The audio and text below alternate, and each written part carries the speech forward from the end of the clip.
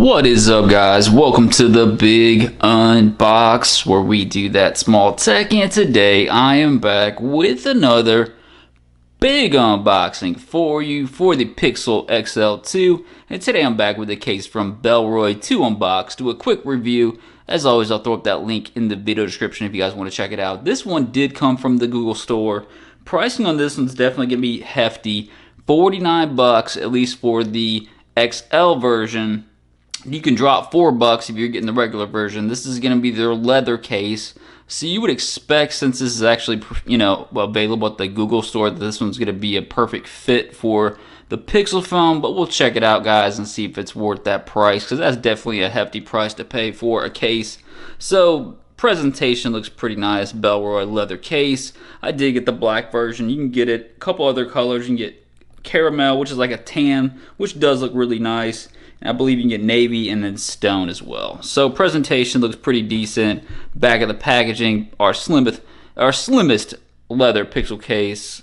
Blah blah blah. Nothing else to the packaging, but it does feel pretty legit, which you would expect for that price point. Let's go and get to the unboxing, guys, and see if this is a hit or miss. It's kind of a pretty expensive case. I'm actually curious to see what you're going to get for this type of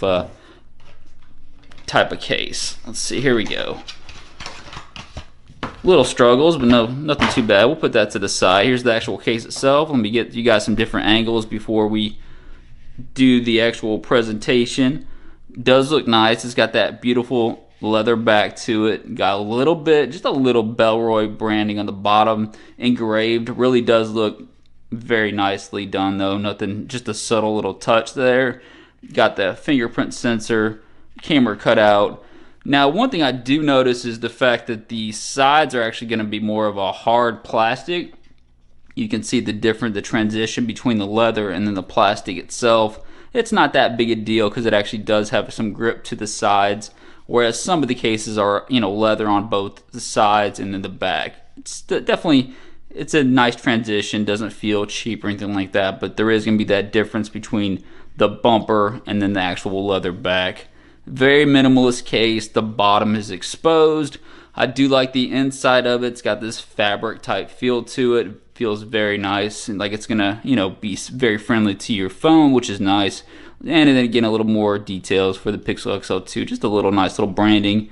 And then you can see the rubber hard plastic border. I wish that was a little bit softer because this actually does feel real soft, but then the actual corners are kind of hard plastic.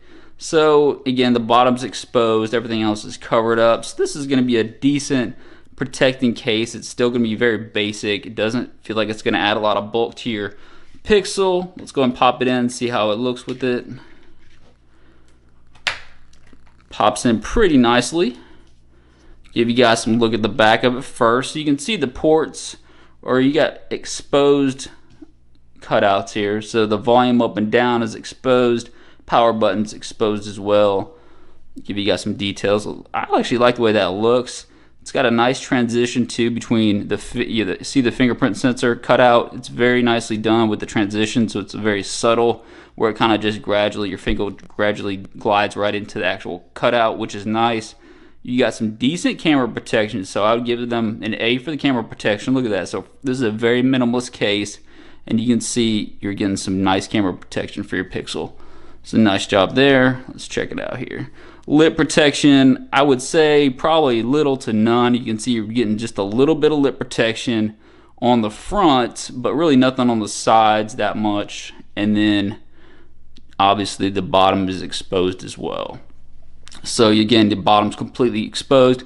I don't mind it as much. This actually seems like it's going in quite a bit. So these little end notches, they're actually going in far enough that if it drops it, you're hoping that it's going to hit these two little ends first before it actually impacts the bottom of the actual case or actual phone itself. So that's not the end of the world. I would have liked to see them just cover it up. Why not just cover it up? That's just my opinion. But it kind of goes along with all the rest of the cases on the Google store. Pretty much have that, open bottom. One thing, let's check out the cutouts here. So again, that one's exposed. Now the volume up and down. Now I do have an issue with this. See, this is exposed, which is fine, but look at that. It's really, you have to really dig your finger into the volume up and down. It's almost really difficult to get to. So it's obviously not even, it's more of a situation you actually really have to get your finger in there to get to the volume up and down. And then the same exact thing for the power button. So I would really wish that they would have done something where if they're going to do this, they should have had the cutouts a little bit bigger, or they should have had the cutouts covered. You can see you really have to get your finger in there. You can't even see, you actually lose them at that angle. You can't even really see the cutouts. So with that said, I can't say this one's a hit.